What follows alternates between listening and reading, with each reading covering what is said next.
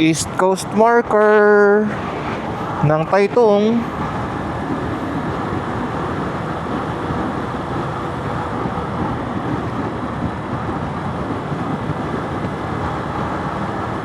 East Coast Fugang Geopark.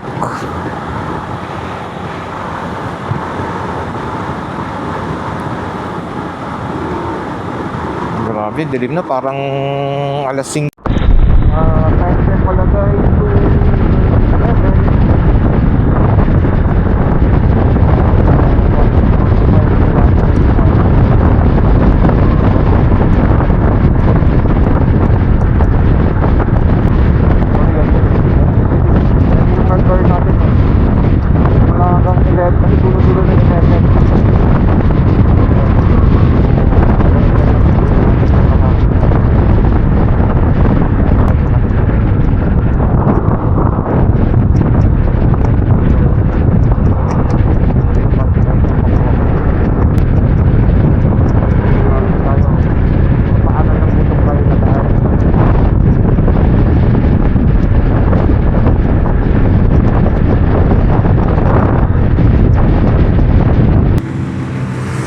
'Ayun guys, nakapagpalit na tayo ng battery ng camera at saka mic. So both 100% yung charge na nila. Mga looper din to. Walang gumagala lang, walang mga bagahe eh. So mas magkakasama kasi ayaw nilang mag-iwanan. So andito na tayo sa may bandang, I think, ano kaya to? Changbin? Cannot read kasi. Hindi ko din masyadong mabasa sa mapa natin kasi naka ko sa kalsada.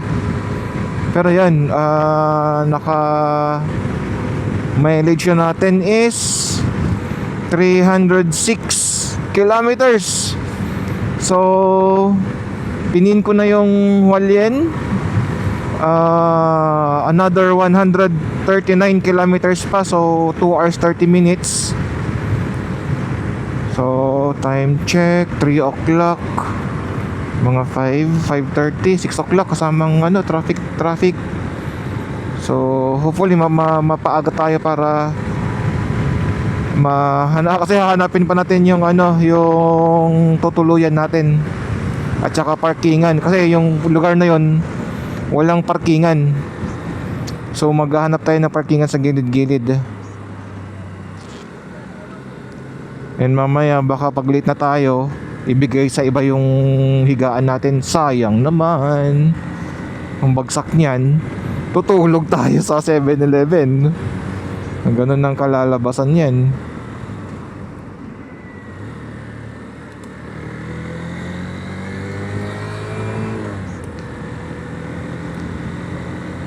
Yun lang, may mga times na kailangan magbagal kasi may speed camera. Pero so far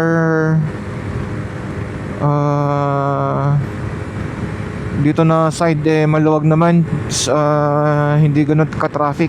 Pero sa Taitung, grabing traffic kanina. Mukhang madami din talagang gumala. Ang daming nyug, ang liliit. Okay, so ito yung scenery na nakikita natin ngayon. Medyo malayo-layo tayo sa dagat ng konti base sa mapa. And then dito yung bundok na pag diniretso natin, di ba nung nakaraan umakyat tayo sa Yaku, yung Highway 20. So pag diniretso yun, dyan ang labas niyan, Highway 20. Yung mga bundok na yan, yun yung inakyat natin na epic. Kasi super lamig tapos umuulan. Ay. Pero at least na checkmark na natin. Ayan, na-view ulit natin yung dagat. So far hindi pa naman ako gutom. So kahit doon na minsan na yung magiging dinner natin para maaga-aga tayo. makapag-rest, and then makapag-shower. Tapos kung maaga-aga pa, try nating puntahan yung night market nila. Sikat yun na night market sa Hualien, yung Dong Damen yata yung tawag doon, nakalimutan ko na. So yun, mamaya ulit, kita-kits. Yun guys, welcome to Chenggong Township. Diba may mga ganyan pa para tandaan, ang gandang tignan. Chenggong Township.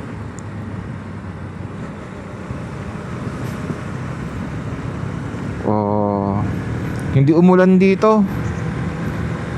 So nakakasalubong ko yung mga sasakyan. Mukhang tuyo naman na.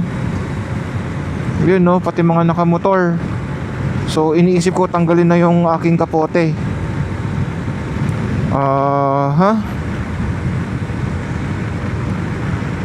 Hanap tayo ng pwedeng pintuan. Pero iniisip ko hihinto tayo sa may kung saan pwede na rin magpa-picture para minsan na yung stopover natin, para hindi tayo masyadong kumain ng madaming oras.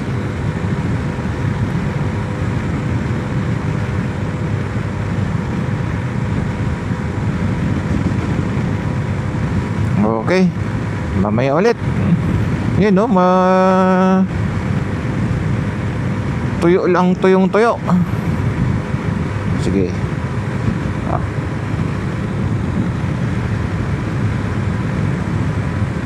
Changbin, Chenggong, Central Chenggong.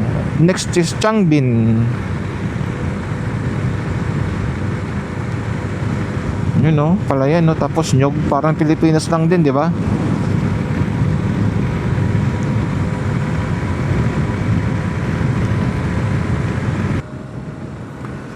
Ayun guys, nandito tayo sa bayan ng Chenggong. Yes, Chenggong. Malaki-laki pala tong bayan nila. Simula yung sa may arc kanina hanggang dito. Pahaba kasi tong Chenggong Then next is Changbin naman. Grabe ang daming sasakyan. Papasok dito sa Chenggong, ang dami, pila-pila. Traffic. Buti na lang pag scooter may sarili kasing linya, kahit paano nakakalusot.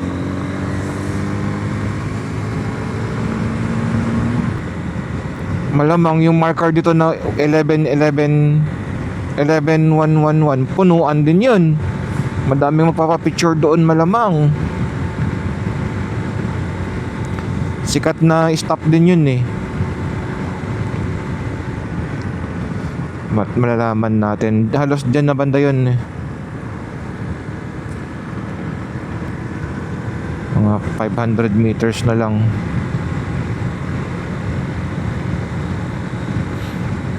Sana, kaya lang kasi dun na side siya, diba? At least makita lang natin. Hindi tayo makakalusot sunod-sunod yung mga sasakyan sa kaliwa. Hindi tayo makaka-left turn. Ayun yung marker. Yan yung marker ng 11-11.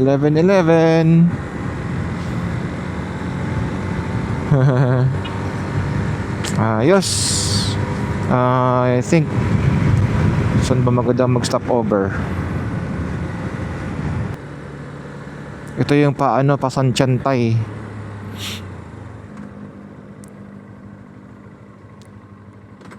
Baka gabihin tayo pag pupuntan pa natin yon.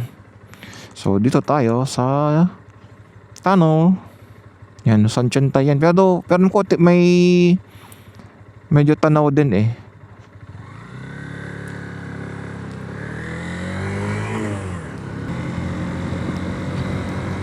Okay. Medyo naiinitan na nga ako. Kailangan kong tanggalin tong kapote kahit itong pantaas lang. Yung pantalon ititira ko. Alisin ko na tong kapote at saka tong yung shoe cover natin. Ayan no, dagat na naman ng view natin. Dagat yan, yahoo!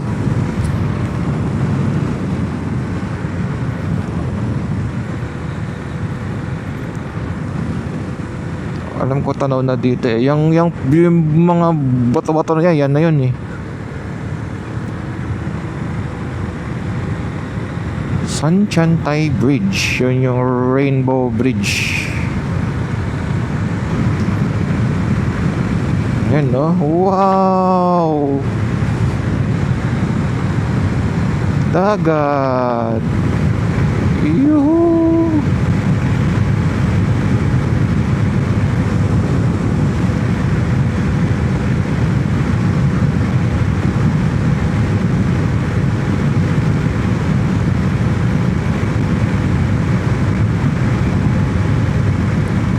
Alam ko yung nilusutan ko sa may number 30 sa next na stop nun, sa next na parang kanto nun, may parang pwedeng picturean na area dun eh. So doon tayo hihinto.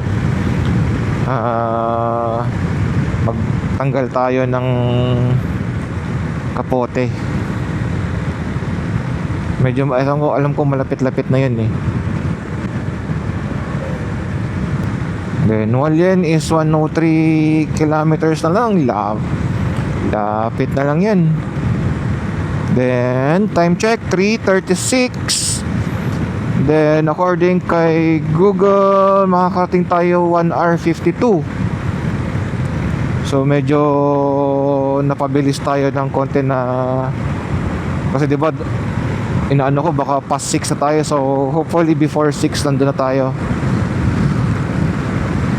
Basta walang masyadong traffic, then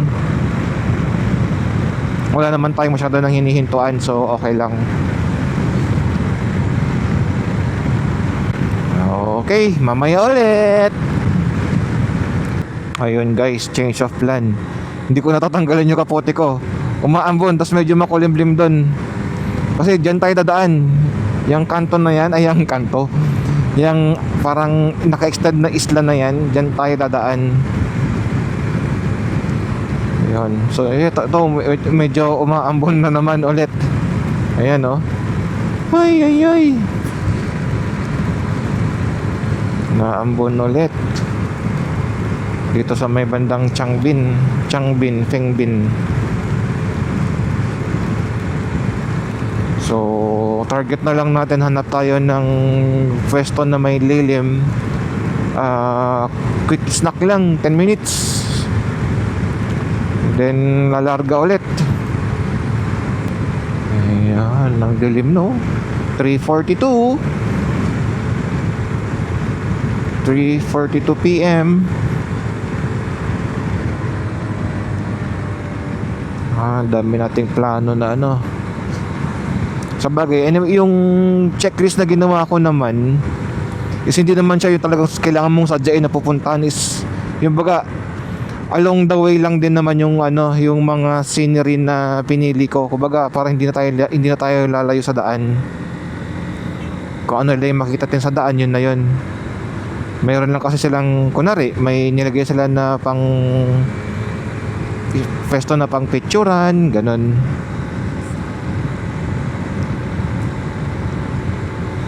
Gandang ano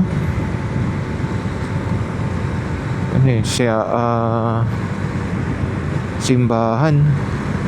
Ayun no, nakakapote pa yung mga ibang rider galing sa ano, kasalubong natin. So hindi na muna ako magtatanggal. Binuksan ko na lang yung konting zipper natin para may hangin na pumapasok, para kahit paano presko. Yuhu, dagat. Alam nyo, namimiss kong lumangoy sa dagat. Kailan ba ako last na nag-swimming? Nung maliit pa si Chay Chay eh. Siguro before pa pandemic nun. Yun yung last na langoy ko ng dagat sa Nasugbo. Ay, tama ba? Oo, basta Nasugbo sa may Batangas. Doon kami nag-swimming overnight. Mga rider natin, no? Nakakapote, oh.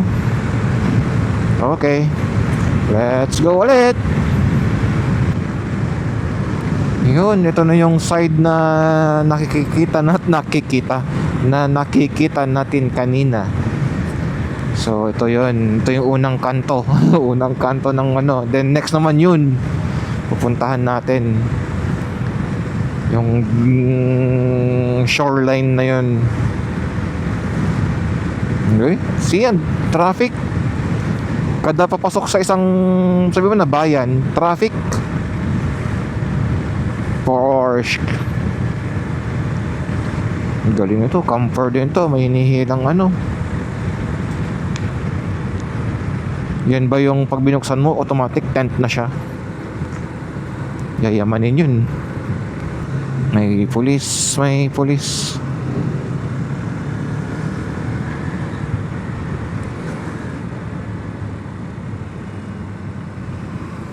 Diyan tayo galing nun. Diyan tayo lumabas nung galing tayong 20, tapos konting ikot ng 9, and then dyan. Ang ganda naman ni Ate Rider. Naka red plate si Ate Rider. Ayun no. Sana all may pambili ng big bike, red plate.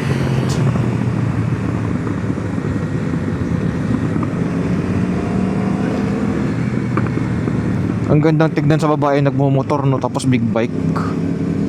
Tapos nakaano pa sila no, skirt. Agaw pansin eh.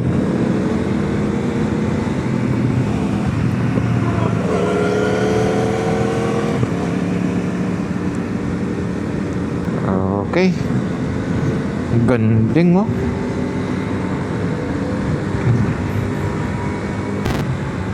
Ayan guys, oh, malapit na tayo doon sa may nakausling isla. Then dito tayo sa baba na ano, hinatin nila tong kalsada.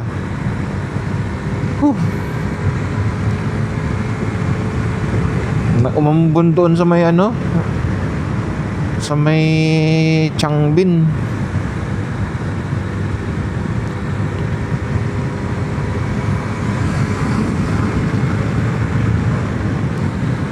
Nabasa yung nating ano. Hindi ko na check kung ano. Tingnan natin, teka. Matutuyo naman siguro ng kusa yung kanyang lente, di ba? Tama ba? Napupunasan ko ba? Bahala na si Batman. Ayan.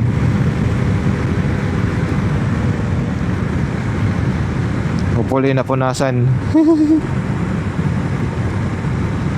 Okay, here is the view of the another dagat. I think not sure, pero I think boundary na ito ng Taitung and Hualien. Yeah, boundary. Ganda oh. Dito na part medyo tahimik yung alon no. Yung doon sa may Taitung na Taimali, Dawu, yun, malakas ng alon.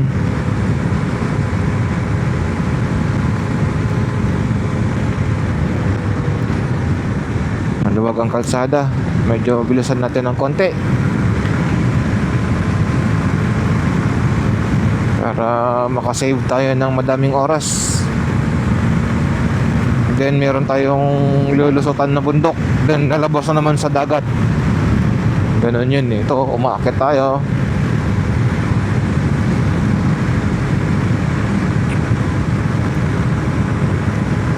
So, yung last na daan ko dito, nung nag-Taroko Loop, siguro ganitong oras, mga 5:30 or 6 o'clock nandito na ako nun ng umaga, if ma-recall ko. Ang ganda lang balikan, di ba? Pag dinaan mo na isang lugar, tapos babalikan mo, parang maalala mo na siya na ano eh, dito may kainan dito, ganun. Mabilis mo na siyang ma-recall kung saan yung may mga pit stop minsan, ganun.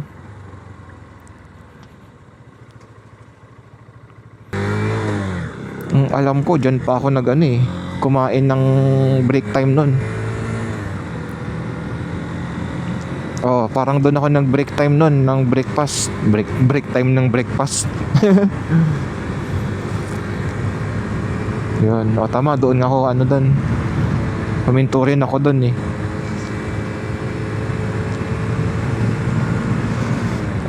Okay, dokie. Malapit na tayo. Woo! Ang saya. Ang ganda ng kalsada.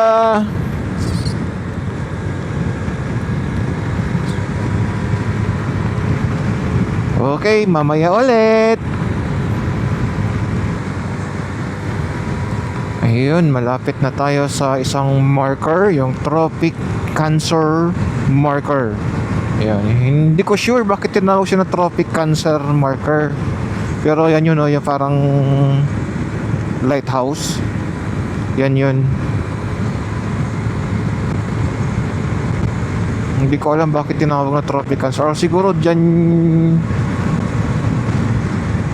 baka sa history, dyan ginagamot yung may mga cancer. Ayan, marker yan. Dyan.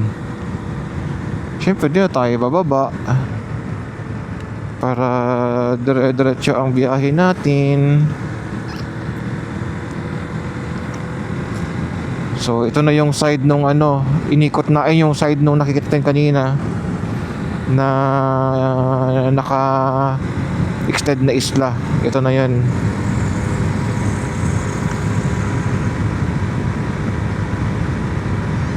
Ito, medyo papasok ulit tayo ng bundok. May tatagusan tayo na bundok dyan.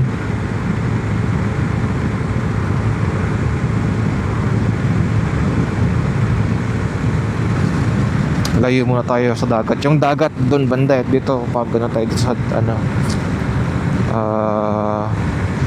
papasok. At alam ko, may, if ma-recall ko, aakyat tayo ng bundok eh, pero hindi naman ganun kataas, mababa lang. Sibulan Visitor. Yan, madaming mga, ang dami kasi nilang mga tinatayong, ano bang tawag doon, relic sa mga bawat tabi-tabi ng kalsada. Kaya yun, kumbaga part siya ng stop na rin. Yun na yung tulay.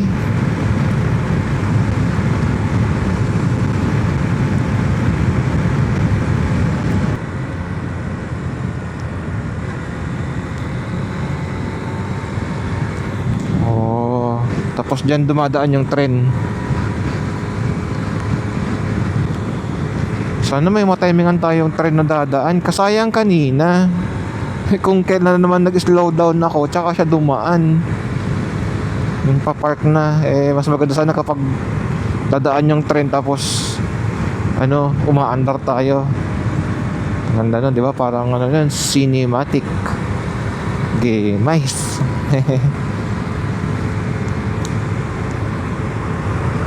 Okay, medyo akyatan to ng konti. Mamaya ulit. See you. Nasa gilid tayo na ng bundok.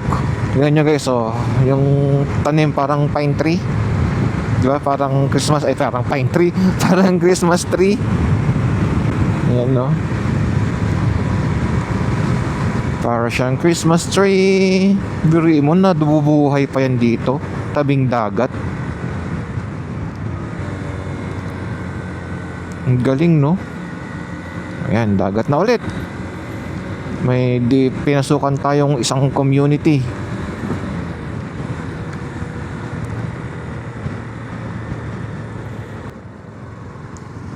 Yan, dyan sana tayo pupunta, kaya lang may entrance fee.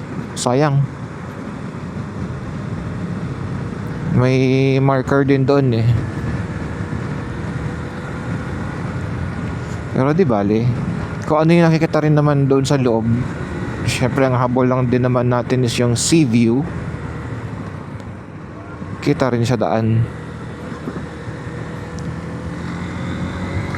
Ito yung nagpapabagal sa atin, itong mga sasakyan na ano, tapos hindi tayo makaka-overtake. Ay nako po. Dolphin, no? Siguro madaming nakikitang dolphins ano dito Yung parang sightseeing. Well, yan, 58 kilometers. So, lapit na lang yan.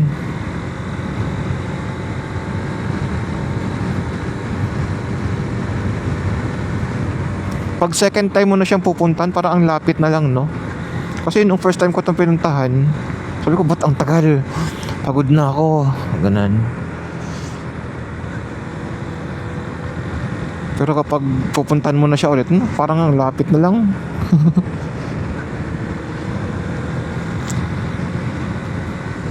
Ayun, no? Ang ganda.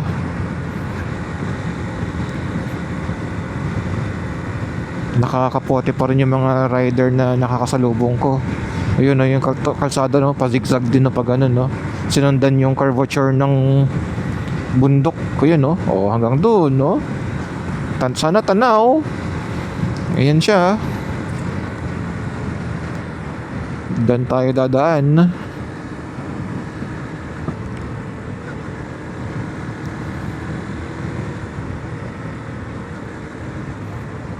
Ayan, no? Kita nyo ba yan? Yung mga pa-zigzag-zigzag na yan.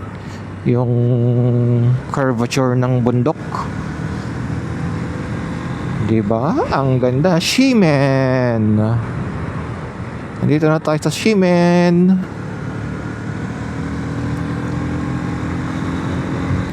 Ito yung nagpapabagal sa atin na convoy.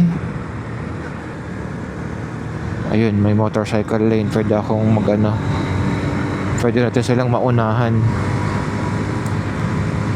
O, diba? Pag may motorcycling, parang mas mabilis pa magmotor.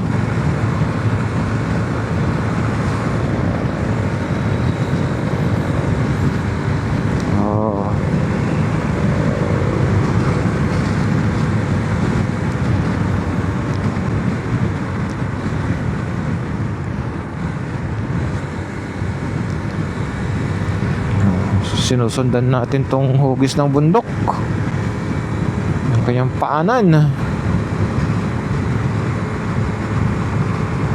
Then target pala natin bukas, yun nga, hopefully magising tayo ng alas 5 para makita natin yung sunset. Sunrise, kasi dito sa east side yung sunrise. So yun yung goal natin. Sana magising ng maaga and para ma-cover natin yung mga ibang nasa itinerary natin. Umulan dito.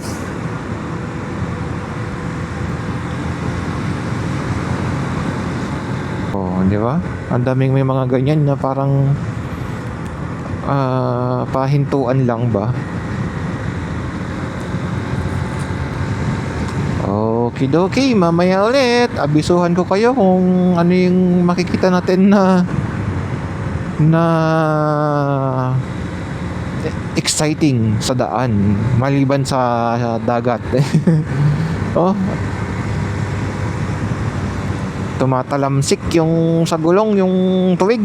Ayun nyo ba yan? Oh, sa gilid tayo ng bundok, oh. Sige. Oh. Yee. Yee.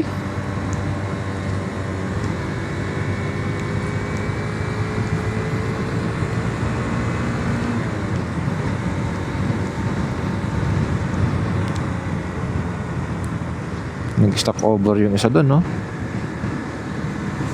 Maganda nga naman kasi mag-stop over dyan. Na taon na may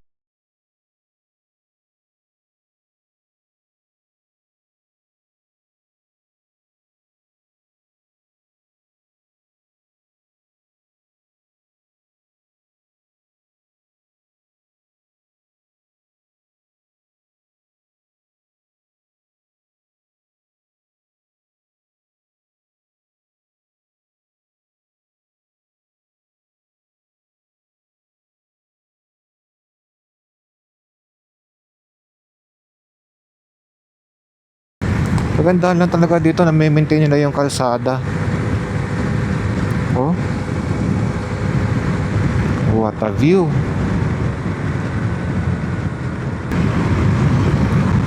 What a view. What a nice view.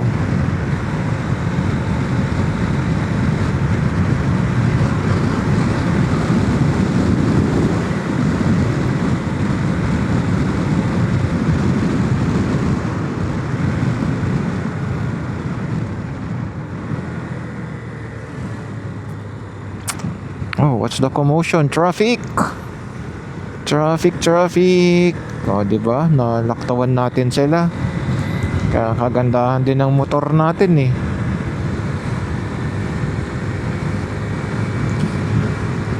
If ma-recall ko, meron tayong papasukan dyan na yung bayan na yan, or parang barangay siguro yan. Tatawirin natin yung tulay. Traffic ko.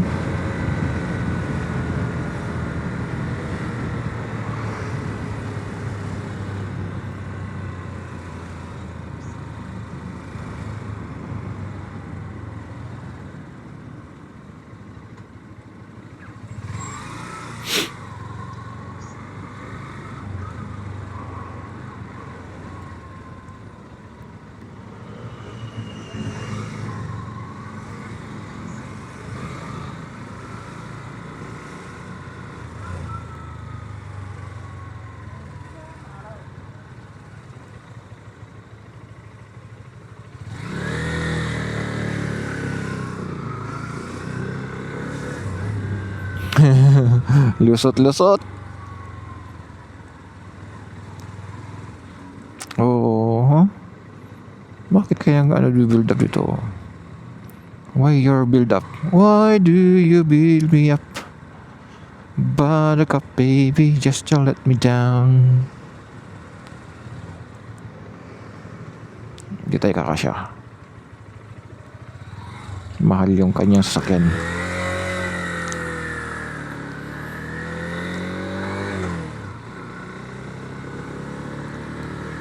Guangfu yung pakaliwa.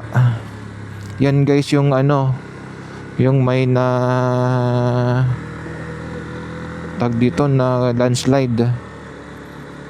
Yung area nila yan pag Guangfu. Yung nagkaroon ng flash flood galing sa Maitian Creek. Na sira yung parang ano tawag nila doon? Dam barrier or barrier dam. Yun na madami ding mga nasawi. Tapos yung mga bahay lubog sa putik. Sayang hindi na yun yung dapat na tawag dito, i-volunteer sana natin nung January. Ay, January ba yun? Hindi. Nung October. Yun. May sanalihan tayo na club na sana ng parang clean up mission dyan. Kaya lang, nataon na. Ang lakas din ng ulan. So, parang cancel yung mga clean up activity that time. Yun na, marker din yung mga yan, di ba? Mga relics.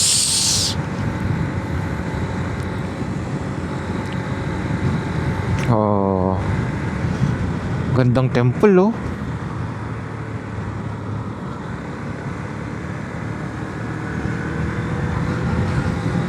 Ang ganda oh. Ano ng bumbero. Dami nagpipicture dun ah. 45 kilometers na lang, nasa Hualien na tayo. Let's go. Matagtag dito na side.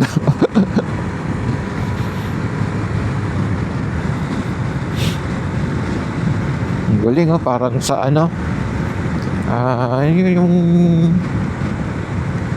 Bali ba yun? Or Greece, yung puti-puti yung mga bahay-bahay. Sa Brazil. Ganun. Okay, maya-maya ulit. Yun o, hindi tayo dadaan doon. If ma-recall ko, parang hindi Hindi siya sa pinakagilid, parang hindi.